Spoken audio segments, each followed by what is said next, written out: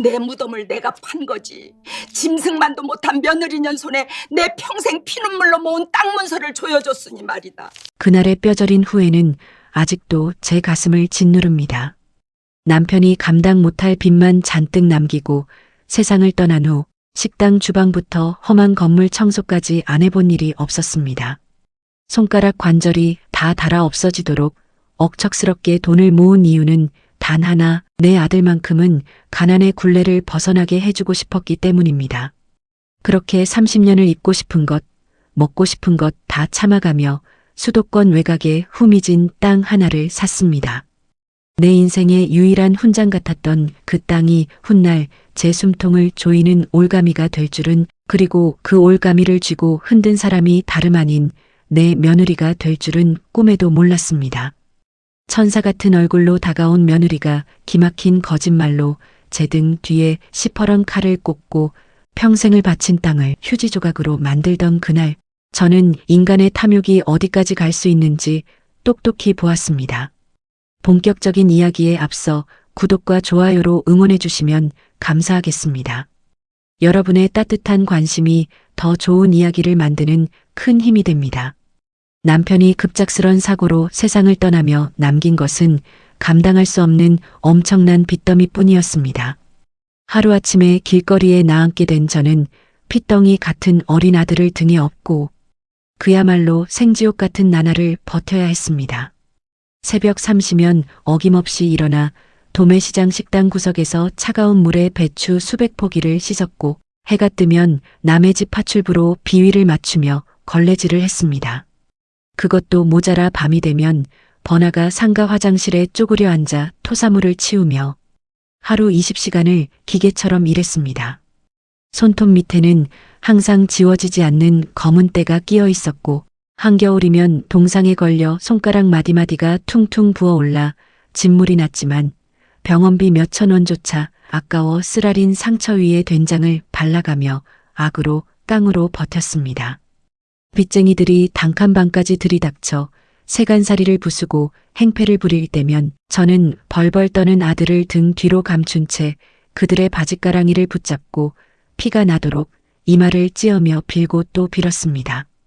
그 모진 수모와 멸시를 견딜 수 있었던 단 하나의 이유는 언젠가 내 아들만큼은 번듯하게 키워내 이 지긋지긋한 가난의 대물림을 끊어버리겠다는 도끼 품은 오기 때문이었습니다.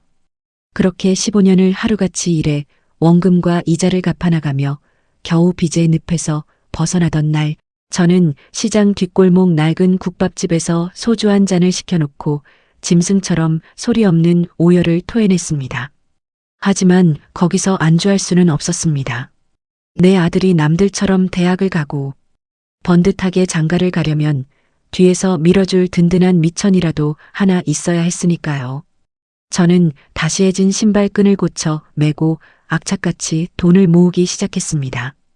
통장에 찍히는 숫자가 한 푼, 두 푼 늘어날 때마다 제 몸은 골병이 들어갔지만 마음만은 세상을 다 가진 듯 벅찼습니다. 그리고 마침내 식당 단골이던 지인의 소개로 수도권 외곽, 당시에는 개발의 기미조차 보이지 않던 척박하고 한적한 곳에 작은 땅을 하나 매입하게 되었습니다. 주변에는 어른 키만 한 잡초만 무성하고 볼품없는 야산 자락이었지만 제게는 30년 피눈물의 결정체이자 아들의 미래를 지켜줄 최후의 보루였습니다. 생전 처음 제 이름 석자가 박힌 그 땅 문서를 품에 안고 밤새 쓰다듬으며 잠을 이루지 못했던 그날의 벅찬 감동은 지금도 눈에 선합니다. 제 희생을 거름삼아 아들은 반듯하게 자라주었고 서울의 번듯한 기업에 당당히 합격했습니다. 그리고 취직한 지 얼마 지나지 않아 평생을 함께할 짝을 찾았다며 며느리를 집에 인사시키러 데려왔습니다. 처음 마주한 며느리의 인상은 참으로 곱고 싹싹했습니다. 화려하지 않은 단정한 옷차림에 어른을 모시는 태도 또한 깍듯하기 그지없었습니다. 무엇보다 갈라지고 굳은 살 베인 제 거친 손을 두 손으로 꼭 맞잡더니 눈물을 뚝뚝 흘리며 위로의 말을 건넸습니다.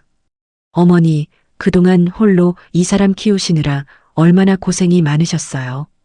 이제는 저희가 호강시켜 드릴게요.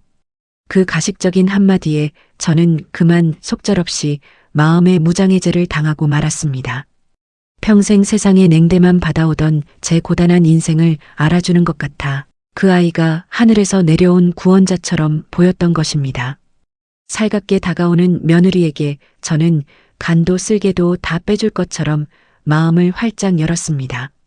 결혼을 준비하는 과정에서 며느리는 친정 형편이 넉넉하지 못해 혼수를 변변치 않게 해갈 것 같다며 눈물을 보였고 저는 조금도 개의치 않고 오히려 기죽은 며느리의 등을 토닥였습니다. 내 아들을 위해 모아두었던 전 재산을 탈탈 털어 대출을 보태 서울 변두리에 신혼집 전세를 마련해 주었습니다. 제 몫의 노후 자금은 단 한 푼도 남지 않았지만 두 사람이 빚 없이 출발할 수 있다는 사실에 배가 불렀습니다. 착하고 예쁜 며느리를 얻었으니 이제 내 인생에도 드디어 따뜻한 봄날이 찾아오는구나 믿어 의심치 않았습니다. 하지만 며느리의 그 천사 같은 미소 뒤에 얼마나 소름 끼치고 악랄한 속내가 따리를 틀고 있는지 그때의 저는 상상조차 할 수 없었습니다. 신혼집 문턱을 넘은 지 채 1년도 지나지 않아 며느리는 서서히 그 역겨운 본색을 드러내기 시작했습니다. 제가 며칠을 고아 정성껏 싸다 준 사골국과 반찬들이 쓰레기통에 처박혀 있는 것을 우연히 발견했을 때도 그저 입맛에 안 맞았거니 하며 애써 흐린 눈을 했습니다. 그러나 며느리의 탐욕은 단순한 사치가 아니었습니다. 수백만 원짜리 명품을 할부로 긁어대며 아들의 월급을 탕진하더니 급기야 주식과 코인 단타방을 기웃거리며 빚의 수렁으로 빠져들고 있었습니다. 그리고 그 끝없는 탐욕의 붉은 눈동자는 결국 제가 평생의 피와 땀을 갈아 넣어 지켜낸 그 외곽의 작은 땅을 향해 조용히 그리고 아주 치밀하게 방향을 틀고 있었습니다. 제 인생을 송두리째 뒤흔들 거대한 배신의 서막이 오르고 있었던 것입니다. 결혼 2년 차에 접어들 무렵부터 며느리의 행동은 묘하게 엇나가기 시작했습니다. 아들이 야근을 밥 먹듯 하며 뼈 빠지게 벌어다 준 월급은 흔적도 없이 사라졌고 친정 어머니 수술비에 보탰다거나 적금을 들었다는 핑계가 잦아졌습니다. 그 무렵 저는 며느리의 안색이 날이 갈수록 수척해지고 예민해지는 것을 보며 아들 내조하느라 고생이 많아서 그런 줄만 알았습니다. 행여나 입맛이 없을까 새벽부터 시장을 돌아다녀 귀한 전복을 사다 죽을 쓰고 관절염으로 욱신거리는 무릎을 부여잡고 정성껏 담근 김치통을 무겁게 들고 신혼집을 오갔습니다. 제가 정성껏 싸간 반찬들이 포장도 뜯기지 않은 채 음식물 쓰레기통에 처박혀 있는 것을 보았을 때도 그저 젊은 애들 입맛에 안 맞아서 그러려니 하며 오히려 미안한 마음을 가졌던 바보 같은 시어머니였습니다. 하지만 진실은 참혹했습니다. 며느리는 스마트폰 화면 속에서 쉴 새 없이 번쩍이는 주식 차트와 코인, 거래소의 붉은 숫자에 완전히 영혼을 빼앗긴 상태였습니다. 처음에는 주변 친구들이 코인으로 대박을 쳤다는 소리에 호기심으로 몇십만 원을 넣었던 것이 화근이었습니다. 운 좋게 얻어 걸린 첫 수익은 그녀의 눈을 멀게 했고 땀 흘려버는 노동의 가치를 우습게 여기도록 만들었습니다. 손가락 터치 몇 번에 한 달. 치 월급이 생기는 짜릿함을 맛본 며느리는 점차 이성을 잃고 판돈을 키워나갔습니다. 안전한 우량주 투자 따위는 안중에도 없었습니다. 변동성이 극심한 이름 모를 잡코인과 테마주에 겁없이 손을 댔고 그것도 모자라 제2금융권 대출에 카드론까지 끌어다 이른바 영끌 단타를 쳤습니다. 하지만 초심자의 행운은 오래가지 않았습니다.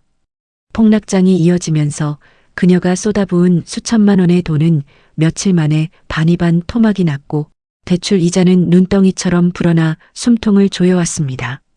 독촉 전화가 빗발치고 우편함에는 시뻘건 압류 경고장이 쌓이기 시작하자 며느리는 극도의 불안감에 시달리면서도 남편에게는 철저히 이 사실을 숨겼습니다.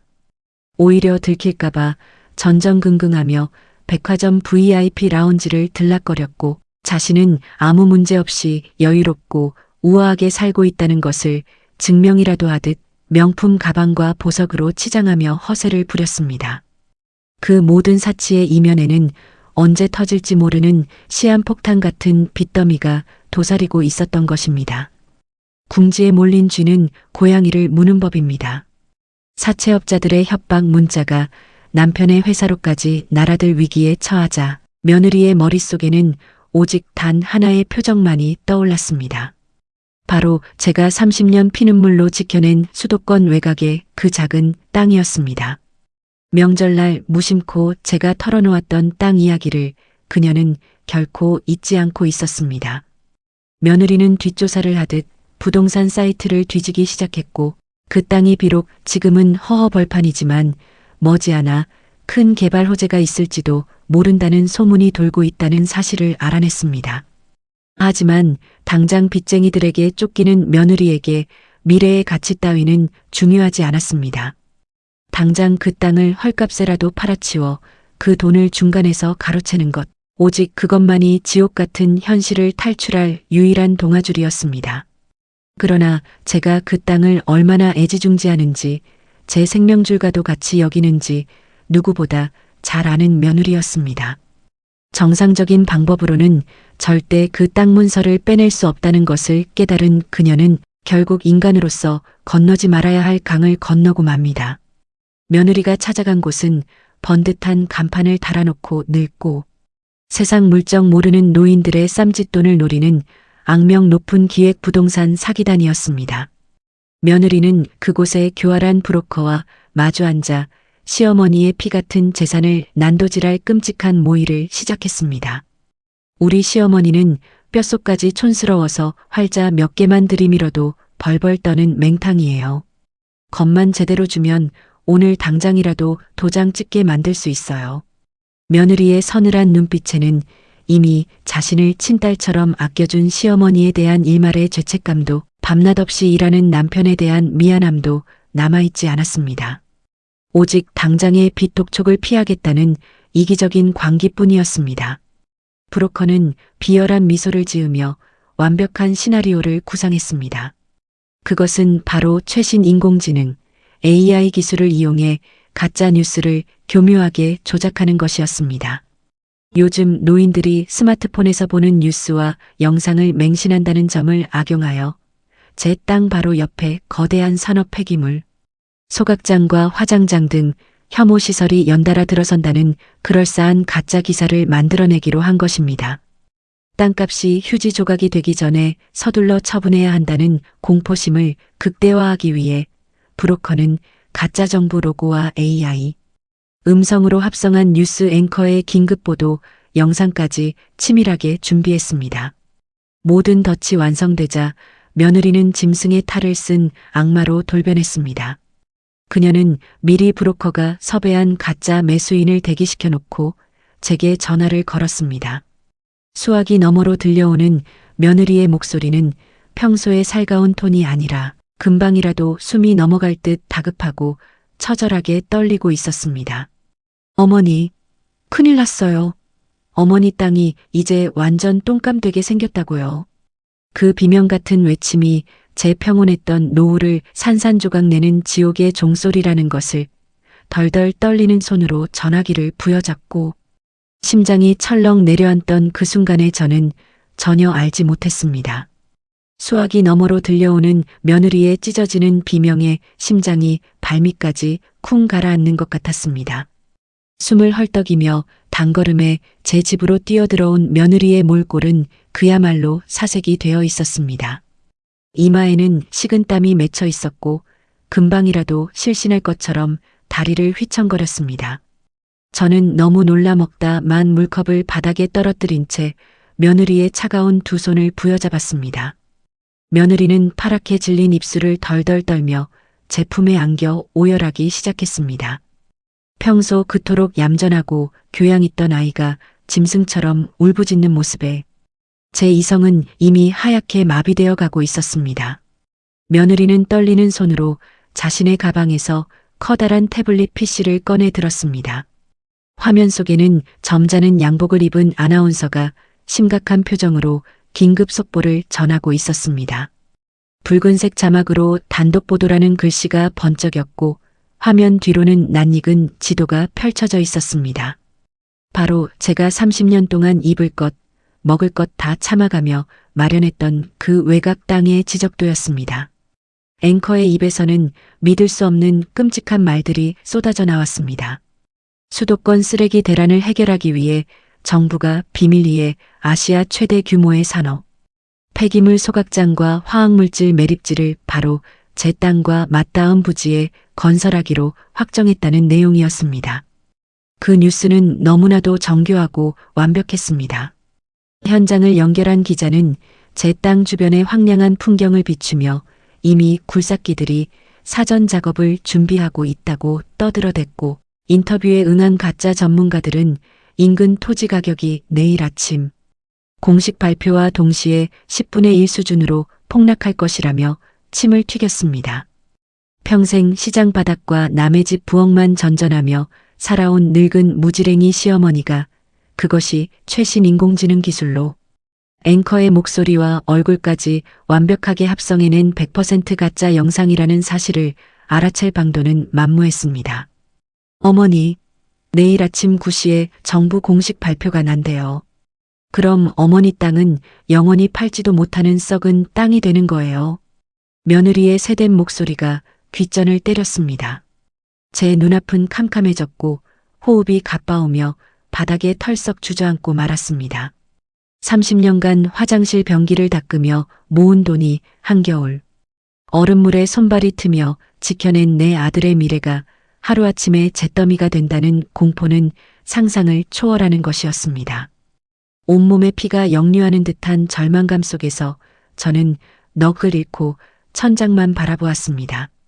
그때 며느리가 제 어깨를 강하게 흔들며 악마의 속삭임을 시작했습니다. 자신이 활동하는 재테크 모임에서 알게 된 정보망을 총동원해 사정을 봐줄 부동산 큰손을 한 명 섭외해 두었다는 것이었습니다. 제가 피눈물 흘리면서 사정했어요. 오늘 밤 당장 도장을 찍고 명의를 넘기면 시세에 반토막이라도 쳐서 현찰로 싸주겠대요. 내일 아침이면 반이반 토막도 못 받아요. 그 사람이 이 사실 알면 충격받아서 쓰러져요. 제발 우리 살려주세요, 어머니. 며느리는 바닥에 머리를 찌우며 통곡했습니다. 아들의 심장이 약하다는 핑계, 그리고 이대로 재산이 휴지 조각이 되면 아들의 가정도 파탄 날 것이라는 교묘한 협박과 회유가 뒤섞인 눈물이었습니다. 어미로서 자식이 무너지는 것을 볼 수 없다는 그 맹목적인 본능이 제 마지막 남은 한 줌의 이성마저 철저하게 마비시켜버렸습니다. 얼마 지나지 않아 며느리의 연락을 받은 말쑥한 정장 차림의 사내가 집으로 들이닥쳤습니다. 그는 자신이 마치 구세주라도 되는 양 거드름을 피우며 미리 작성해온 매매 계약서를 테이블 위에 던지듯 내려놓았습니다. 시세의 절반조차 되지 않는 헐값, 그야말로 거저 빼앗아가는 수준의 끔찍한 숫자가 적혀 있었지만 공포에 질린 제 눈에는 그것마저도 아들을 살릴 유일한 생명줄로 보였습니다. 인주를 묻히는 제 오른손이 사시나무처럼 심하게 떨려와 며느리가 제 손목을 단단히 움켜쥐어야만 했습니다. 붉은 인주가 묻은 제 인감도장이 계약서 위에 차가운 파열음을 내며 찍히는 그 순간 제 가슴 한구석이 쩍 하고 갈라지며 피가 철철 흐르는 듯한 끔찍한 고통이 밀려왔습니다. 평생의 한과 눈물이 서린 땅이 그렇게 허무하게 타인의 손으로 넘어갔습니다.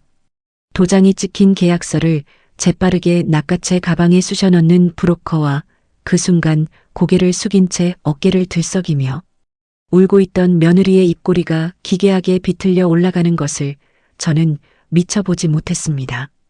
그것이 저를 향해 쏜 가장 잔인하고 완벽한 배신의 총성이었다는 것을 깨닫기까지는 그리 오랜 시간이 걸리지 않았습니다. 계약서의 잉크가 채 마르기도 전에 저의 진짜 지옥은 조용히 따리를 틀고 있었습니다.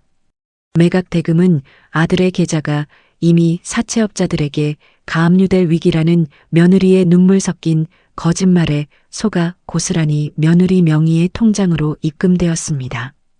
헐값이라도 건졌으니 이제 아들의 목숨줄은 살렸다며 가슴을 쓸어내린 것도 잠시, 다음 날 아침 9시가 되어도 텔레비전 뉴스에서는 제가 가진 땅에 대한 어떤 보도도 나오지 않았습니다. 쓰레기 매립장이 들어선다던 긴급 속보는커녕 그저 평범한 정치 뉴스와 날씨 이야기만 흘러나올 뿐이었습니다.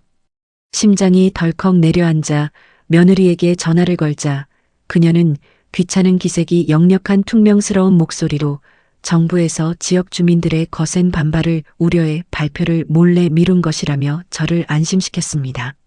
저는 그 말을 믿고 싶었습니다. 그 말이 새빨간 거짓말이라면 제 평생의 피땀이 아무런 의미 없이 허공으로 날아간 셈이 되니까요. 하지만 그 알량한 믿음이 산산조각 나는 데는 고작 일주일도 걸리지 않았습니다. 며칠 뒤 제 낡고 허름한 집 문을 열고 들어선 며느리의 모습은 바닥에 엎드려 제발 살려달라며 통곡하던 그 비참하고 가여운 여자가 아니었습니다. 머리부터 발끝까지 번쩍이는 명품으로 휘감은 그녀의 어깨에는 제가 평생 식당 바닥을 기어다니며 벌어도 못 살 엄청난 가격표가 붙은 신상 가방이 매달려 있었습니다.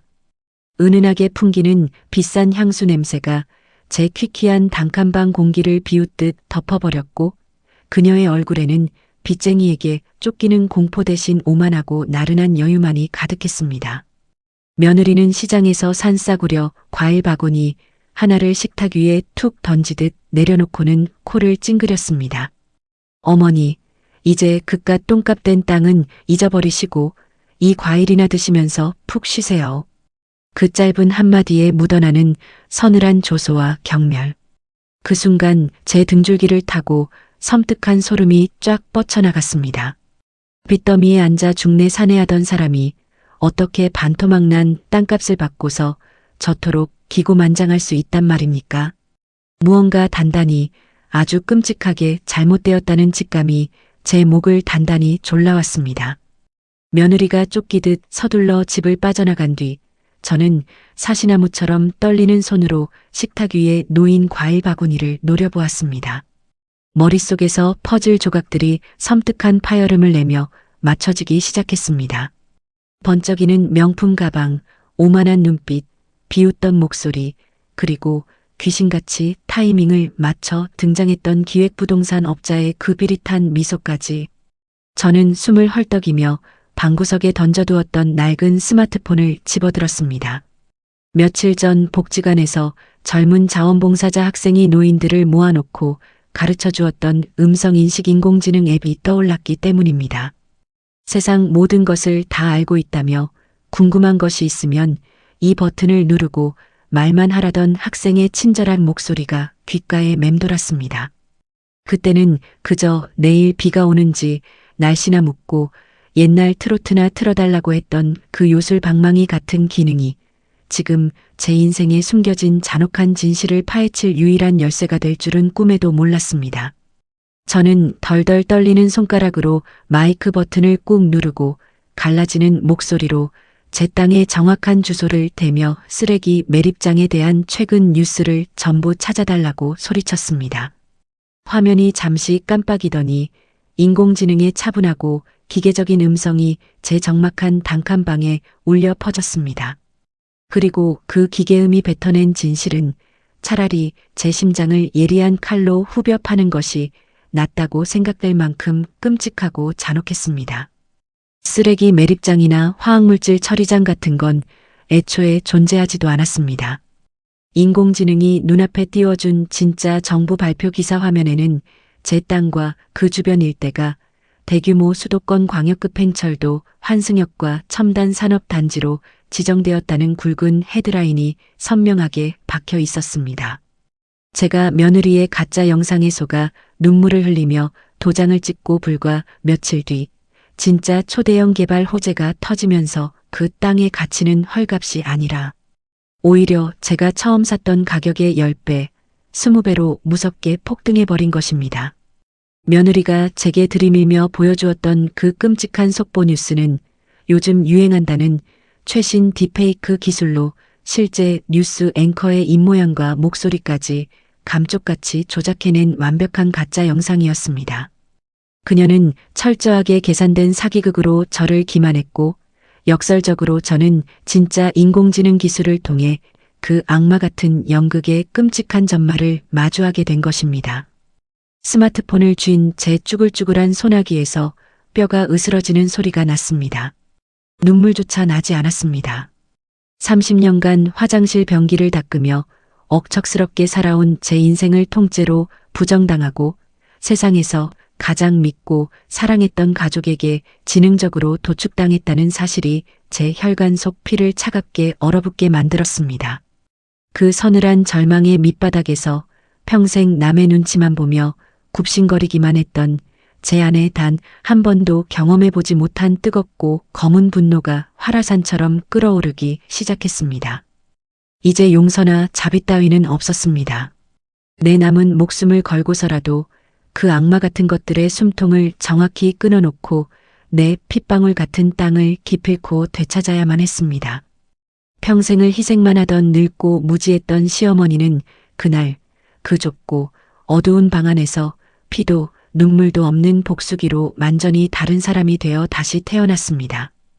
뜨거운 눈물 대신 차갑고 날선 이성이 제 머릿속을 지배하기 시작했습니다. 며느리의 머리채를 당장이라도 휘어잡고 싶었지만 확실한 증거 없이 들이받았다가는 그 교활한 여우가 오리발을 내밀며 도리어 저를 노망난 늙은이 취급할 것을 뻔했습니다. 평생을 밑바닥에서 짓밟히며 살아온 제게 남은 유일한 무기는 끈질긴 잡초 같은 인내심뿐이었습니다. 저는 떨리는 숨을 깊게 들이마시고 저를 절망의 늪에서 일깨워준 스마트폰의 인공지능 버튼을 다시 한번 꾹 눌렀습니다. 며느리가 가짜 뉴스를 보여주고 내 땅을 빼앗아 갔어. 이 사기 계약을 당장 무효로 만들고 그년과 사기꾼 일당을 감방에 쳐넣으려면 내가 지금 당장 뭘부터 해야 하니? 도끼가 잔뜩 서린 제 물음에 인공지능은 막힘없이 그리고 아주 소름 끼치도록 정확하게 제가 가야 할 길을 제시해 주었습니다. 기계음은 민법상 사기에 의한 의사표시는 취소할 수 있다는 법 조항을 읊어주었고 형사상 사기죄 성립 요건과 함께 가장 먼저 내용 증명을 발송해 계약 해지 의사를 명확히 밝혀야 한다고 일러주었습니다. 무엇보다 중요한 것은 며느리가 저를 속일 때 사용했던 그 조작된 가짜 뉴스 영상과 기획부동산 업자가 주고받은 검은 거래 내역을 확보하는 것이라고 거듭 강조했습니다. 그 똑똑한 기계의 조언은 칠흑 같은 어둠 속에서 저를 복수의 길로 안내하는 한 줄기 섬뜩하고도 강렬한 빛과 같았습니다. 결정적인 증거를 찾기 위해선 호랑이 굴로 직접 들어가야만 했습니다. 아들이 며칠간 지방 출장으로 집을 비운다는 사실을 알고 있던 저는 며느리가 어김없이 명품관으로 쇼핑을 나간 틈을 타예 전에 반찬을 해다주며 받아두었던 예비 열쇠로 신혼집 문을 조심스럽게 열고 들어갔습니다. 집안꼴은 그야말로 가관이었습니다. 거실 한 구석에는 뜯지도 않은 수백만 원짜리 명품 구두와 가방 상자들이 산더미처럼 쌓여 있었고 그 옆에는 최고급 레스토랑과 호텔 마사지숍이 영수증들이 쓰레기처럼 굴러다니고 있었습니다.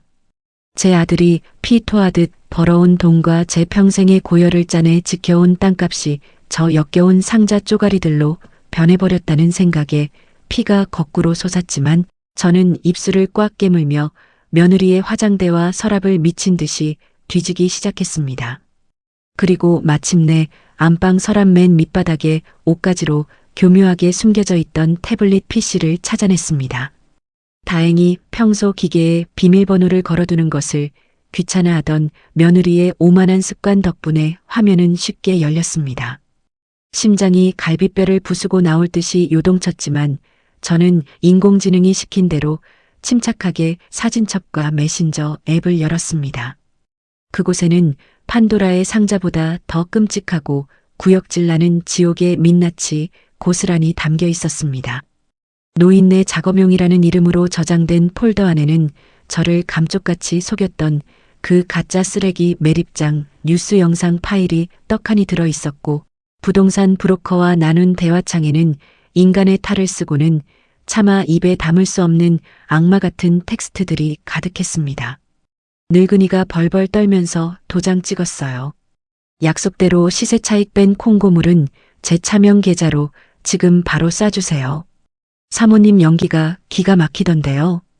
며칠 뒤에 전철역 발표나면 그 노인네 뒷목 잡고 쓰러질 텐데 명줄 안 끊어지게 조심하십시오. 그 악마들의 조롱 섞인 대화를 읽어내려가는 제 두 눈에서는 기어이 시뻘건 핏물이 배어 나왔습니다. 며느리는 처음부터 그 땅에 거대한 전철역이 들어선다는 사실을 브로커를 통해 알고 있었고 그 어마어마한 시세 차익을 브로커와 반씩 나누어 먹기로 철저하게 공모했던 것입니다. 빚에 쫓겨 죽겠다던 눈물은 모두 제 땅 문서를 뜯어내기 위한 소름 끼치는 연극이었습니다. 저는 그 자리에서 털썩 주저앉아 짐승처럼 울부짖고 싶은 것을 혀를 지식이듯 깨물어가며 참아냈습니다. 동네 사진관으로 단숨에 달려간 저는 핑계를 대고 젊은 사장의 도움을 받아 그 모든 끔찍한 대화 내용과 가짜 영상 파일을 제 스마트폰으로 옮기고 서류로 남김없이 인쇄했습니다. 마침내 놈들의 목줄을 잴 완벽한 올가미가 완성되었습니다. 이제 남은 것은 인공지능이 법적 근거를 바탕으로 꼼꼼하게 작성해준 부동산 매매계약 사기 취소 및 형사고발 통보 내용 증명 서류에 제 붉은 지장을 꾹 찍어 누르는 것뿐이었습니다. 두툼한 서류 봉투에 빳빳하게 인쇄된 끔찍한 증거물들을 쑤셔 넣는 제 손끝에는 지난 30년의 처절했던 서름과 며느리를 향한 지독한 사리가 시퍼렇게 벼려져 있었습니다. 모든 사냥 준비는 끝났습니다. 이제 제 손으로 직접 키운 그 오만하고 멍청한 괴물들을 세상에서 가장 잔인하고 고통스러운 도살장으로 초대할 시간만이 남아 있었습니다. 복수의 무대는 가장 완벽하고 잔혹해야만 했습니다. 어설프게 서류 봉투를 집어 던지며 소리를 지르는 뻔한 삼류 드라마 같은 짓은 하고 싶지 않았습니다. 내 평생의 피땀을 비웃으며 짐승만도 못한 짓을 저지른 저 악마들에게 단 한 번의 자비도 없이 가장 높은 곳에서 가장 깊은 지옥 밑바닥으로 추락하는 뼈저린 공포를 맛보게 해주고 싶었습니다. 저는 끓어오르는 사리를 차갑게 식히며 지방 출장에서 막 돌아온 아들에게 전화를 걸어 주말에 며느리와 함께 본가로 밥을 먹으러 오라고 다정하게 말했습니다. 며느리 덕분에 휴지 조각이 될 뻔한 땅을 그나마 제값 받고 처분해서 고마운 마음에 어미가 정성껏 빚은 만두전골이라도 대접하고 싶다는 간드러진 거짓말을 보탰습니다. 수화기 너머로 들려오는 아들의 안도 섞인 목소리 뒤로 시어머니가 완전히 속아 넘어갔다며 쾌재를 부르고 있을 며느리의 비릿한 웃음소리가 환청처럼 귓전을 맴돌았습니다. 결전의 날 아침 저는 평소와 다름없이 시장에 들러 가장 신선한 재료들을 샀습니다. 30년 전 식당 주방 바닥을 기어다니며 밤낮 없이 칼질을 하던 그 서늘한 감각을 떠올리며 도마 위에 올려진 고기를 형체도 없이 지식이고 다졌습니다. 이 고기 다짐이 내 등골을 빼먹은 그 요망한 것의 살점이라고 생각하니 손목이 시큰거리는 줄도 모르고 미친 듯이 칼자루를 내리쳤습니다. 약속한 저녁 시간이 되자 고요하던 단칸방 앞 골목의 값비싼 외제 차의 배기음 소리가 요란하게 울려 퍼졌습니다. 그 차 역시 내 피 같은 땅을 팔아넘긴 더러운 돈으로 굴러가는 것이란 생각에 잇몸에서 피가 나도록 이를 악물었습니다. 삐걱거리는 낡은 문을 열고 들어선 며느리의 모습은 그야말로 목불인견이었습니다. 시어머니를 위로한답시고 찾아온 자리에 머리부터 발끝까지 번쩍이는 명품을 휘감고 다이아몬드가 박힌 목걸이를 덜렁거리며 나타난 것입니다. 그녀의 얼굴에는 빚쟁이에게 쫓기던 그 처절한 공포는 온데간데 없고 늙고 멍청한 시어머니를 완벽하게 농락했다는 오만한 승리감만이 가득 차올라 있었습니다. 아무것도 모르는 바보 같은 내 아들은 아내가 백방으로 뛰어다닌 덕분에 어머니의 노후 자금을 그나마 지킬 수 있었다며 며느리의 손을 꼭 쥐고 연신 고맙다는 말을 내뱉었습니다. 그 순진하고 멍청한 아들의 얼굴을 마주하는 순간 억장이 무너져 내리는 듯한 처절한 고통이 밀려왔지만 저는 애써 사람 좋은 미소를 지으며 상을 차려냈습니다.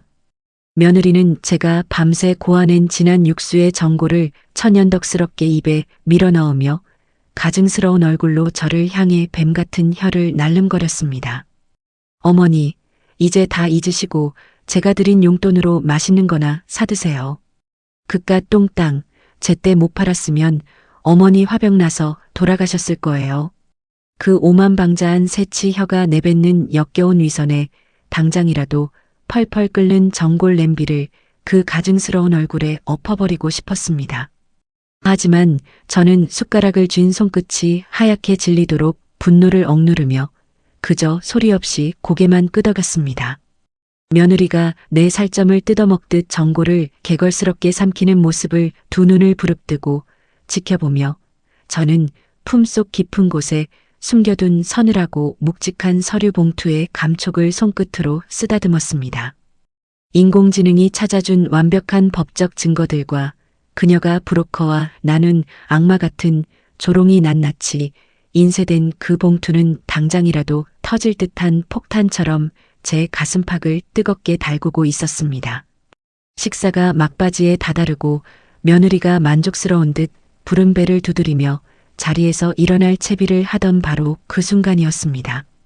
저는 조용히 먹다 맘 밥그릇을 옆으로 밀어내고 지옥불에서 갓 꺼낸 듯한 서늘하고 날카로운 목소리로 그들의 움직임을 얼어붙게 만들었습니다. 평생 굽신거리기만 했던 무지랭이 늙은이가 아닌 피도 눈물도 없는 심판자의 얼굴을 한 채 저는 천천히 품속에서 그 두툼한 누런 봉투를 꺼내어 식탁 한가운데로 던지듯 내려놓았습니다.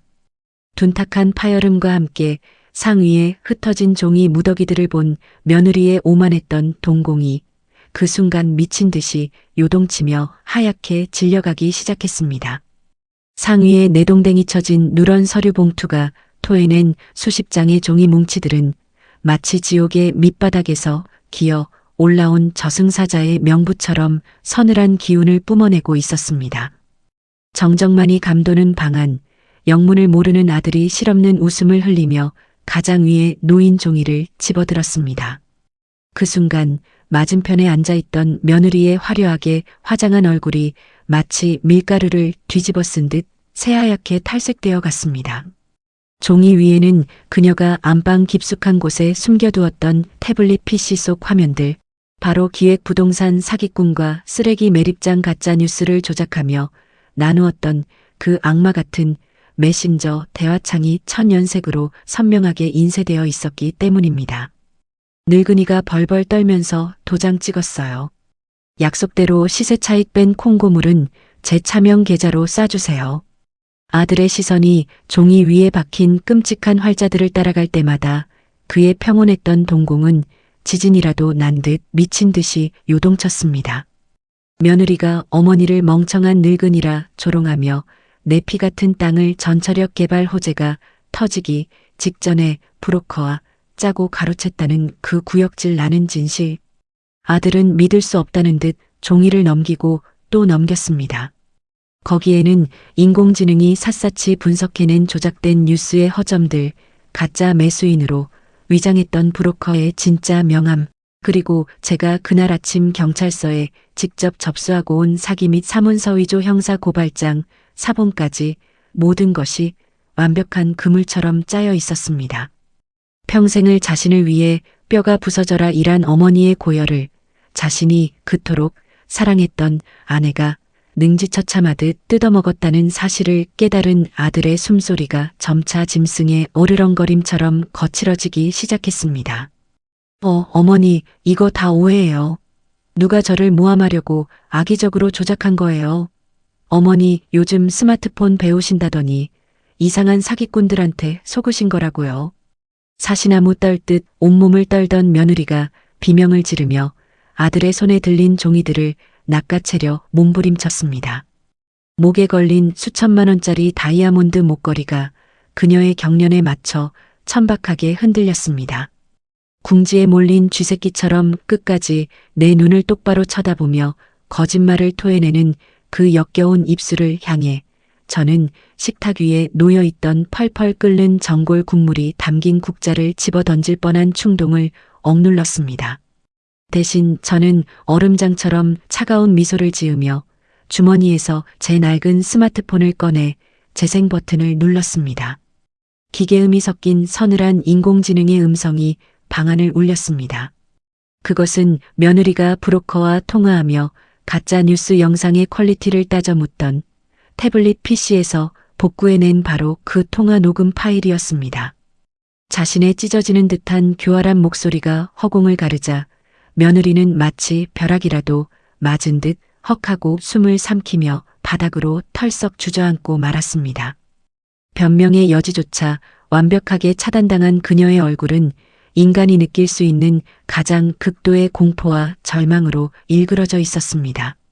내년이 멍청한 늙은이라고 비웃던 그 시어미가 내년이 벌벌 떠는 그 인공지능으로 내 목줄을 잴 동아줄을 직접 꼬았다. 그 짧고도 서늘한 한마디가 방 안의 산소를 모두 빨아들이는 듯 했습니다. 아들은 기어이 이성을 잃고 밥상을 뒤엎어버렸습니다. 와장창 깨지는 그릇 소리와 함께 뜨거운 국물이 며느리의 명품 치마폭으로 쏟아졌지만 그녀는 뜨거움조차 느끼지 못하는 듯 바닥에 엎드려 사색이 된 얼굴로 짐승 같은 오열을 터뜨리기 시작했습니다. 불과 10분 전까지만 해도 세상을 다 가진 듯 오만방자하게 나를 내려다보던 그 악마가 이제는 내 발밑에서 콧물과 눈물을 범벅한 채벌레처럼 기어다니며 목숨을 구걸하고 있었습니다. 저는 자리에서 천천히 일어났습니다. 30년간 내 어깨를 짓누르던 가난과 멸시의 굴레, 그리고 자식에게 짐이 되지 않으려 스스로를 올감했던 그 바보 같은 희생의 껍데기가 산산조각 나며 떨어져 나가는 것을 느꼈습니다. 바닥에 엎드려 내 바짓가랑이를 부여잡고 살려달라 울부짖는 며느리의 정수리를 내려다보며 저는 단 한치의 동정심도 없는 싸늘한 눈빛으로 선고를 내렸습니다. 이미 기획부동산 브로커 놈들의 사무실에는 경찰이 들이닥쳤을 것이고 내년의 차명 계좌 역시 모조리 동결되도록 조치를 취해 놓았다는 사실을 말입니다. 이제 이 좁고 누추한 단칸방에서 시작된 나의 피 맺힌 반격은 저 탐욕스러운 괴물들을 세상 가장 잔혹한 감옥의 밑바닥으로 영원히 쳐넣을 때까지 결코 멈추지 않을 참이었습니다. 바닥에 엎드려 짐승처럼 울부짖는 며느리를 향해 아들은 자비 없이 이혼 서류를 집어 던졌습니다. 평생 자신을 위해 뼈가 부서져라 헌신한 어머니의 등에 시퍼런 칼을 꽂은 여자와는 단 1초도 같은 공간에서 숨을 쉴 수 없다는 아들의 단호하고도 서늘한 절규가 방안을 갈기갈기 찢어놓았습니다. 어머니 피눈물 뽑아먹고 산 그 더러운 명품백 다 싸들고 당장 내 집에서 나가. 아들의 분노 어린 호통에 며느리는 피가 나도록 두 손을 비비며 바짓가랑이에 매달렸지만 돌아온 것은 멸시가 가득 찬 차가운 발길질 뿐이었습니다. 그 화려했던 명품 치마는 그녀가 뒤집어 쓴 전골 국물에 얼룩져 시궁창 쥐새끼 같은 몰골을 하고 있었고 수천만 원짜리 다이아몬드 목걸이는 밥풀이 묻은 채 방바닥에 나뒹굴며 처참하게 짓밟혔습니다. 그때 창밖으로 요란한 경찰차 사이렌 소리가 적막한 골목을 찢으며 다가왔습니다. 제가 오전에 경찰서에 넘긴 완벽한 증거 자료들 덕분에 기획부동산 사기단 사무실을 급습해 브로커 일당을 일망타진한 형사들이 이후 모든 사기극의 주동자인 며느리를 체포하기 위해 직접 들이닥친 것입니다. 은팔찌를 찬 채 현관문 밖으로 질끌 끌려나가는 며느리의 등 뒤로 저는 단 한 방울의 눈물도 흘리지 않았습니다. 오히려 그 역겨운 뒷모습을 향해 평생 맺혔던 한이 씻겨 내려가는 듯한 뼛속 깊은 통쾌함과 카타르시스를 느꼈을 뿐입니다. 경찰서 취조실에서 마주 앉은 며느리와 브로커놈은 그야말로 지옥의 야차들이 따로 없었습니다. 서로가 주동자라며 악을 쓰고 책임을 떠넘기는 그 추악한 진흙탕 싸움은 구역질이 날 정도였습니다. 브로커는 며느리가 먼저 늙고 만만한 시어머니의 땅을 노리고 접근해 조작 영상을 요구했다고 거품을 물었고 며느리는 브로커가 자신을 꼬드긴 것이라며 미친 듯이 발악했습니다. 하지만 그 어떤 변명도 제가 인공지능의 도움을 받아 샅샅이 긁어모은 메신저, 대화 내역과 딥페이크 가짜 뉴스 원본 파일, 그리고 그들의 끔찍한 거래가 담긴 통화 녹취록 앞에서는 불쏘시개만도 못한 쓰레기였습니다. 빼도 박도 못하는 완벽한 과학적 증거들 앞에서 산전수전 다 겪은 베테랑 담당 형사조차 혀를 내두를 정도로 사건은 일사천리로 진실을 향해 내달렸습니다. 법의 심판은 매섭고도 단호했습니다. 인공지능이 짚어준 법적 근거대로 사기에 의한 부동산 매매 계약은 그 즉시 원천 무효가 되어 취소 절차를 밟았고 제 피 같은 땅 문서는 머지않아 다시 제품으로 온전히 돌아오게 되었습니다. 며느리가 브로커에게서 챙기려던 차명 계좌의 검은 돈은 경찰의 발빠른 조치로 전액 동결되었고 그녀가 주식과 코인으로 끌어다 쓴 악랄한 사채업자들은 그녀가 구속되었다는 소식을 듣자마자 신혼집으로 몰려가 남은 명품 구두 한 짝까지 모조리 압류해버렸습니다. 평생 남의 피를 빨아먹으며 허영심에 찌들어 살던 그 악마는 결국 한 푼의 돈도 없이 거대한 빚더미에 깔린 채 차디찬 감방 바닥에서 기나긴 죗값을 치러야 하는 처절한 나락으로 떨어지고 만 것입니다. 그리고 며느리가 철창신세를 지게 된 지 채 일주일도 지나지 않아 세상을 떠들썩하게 만드는 대형 뉴스가 전국에 생중계되었습니다. 바로 제 땅을 정중앙으로 관통하는 메모드급 광역교통망과 대규모 신도시 환승센터 개발 계획이 정부의 공식 브리핑을 통해 세상에 드러난 것입니다. 어제까지만 해도 이름 모를 잡초만 무성하던 수도권 외곽의 그 버려진 땅은 하루아침에 대한민국의 모든 대형 건설사들이 수십억의 현찰을 싸들고 와 제발 팔아달라며 제 집 문턱이 닳도록 엎드려 애원하는 황금 노른자위로 변해버렸습니다. 30년 전 언손을 불어가며 남의 화장실 변기를 닦아 모은 쌈짓돈으로 샀던 그 작고 보잘것없던 땅이 제 인생의 끄트머리에서 수백 배의 눈부신 축복이 되어 화려하게 만개하는 순간이었습니다. 동네 부동산 업자들은 제발 얼굴 한 번만 뵙게 해달라며 매일같이 최고급 과일 바구니를 들고 찾아왔고 저는 그토록 애지중지하던 땅의 가치가 하늘을 뚫고 솟구치는 것을 매일 아침 뉴스룸의 헤드라인을 통해 확인하며 조용히 차를 마셨습니다. 은행 VIP 라운지의 가장 깊숙하고 프라이빗한 방에 앉아 자산관리사가 건네주는 통장에 찍힌 수십억 원의 경이로운 숫자를 바라보며 저는 조용히 눈을 감았습니다. 그 숫자는 단순히 벼락부자가 되었다는 의미의 돈이 아니었습니다. 그것은 남편 없이 홀로 자식을 키우며 세상의 온갖 멸시와 조롱을 무릎이 닳도록 견뎌낸 제 고단했던 30년 세월에 대한 하늘의 벅찬 보상이자 교활한 악마의 속삭임 앞에서도 끝까지 무너지지 않고 지혜롭게 싸워 이긴 늙은 어미의 훈장이었습니다.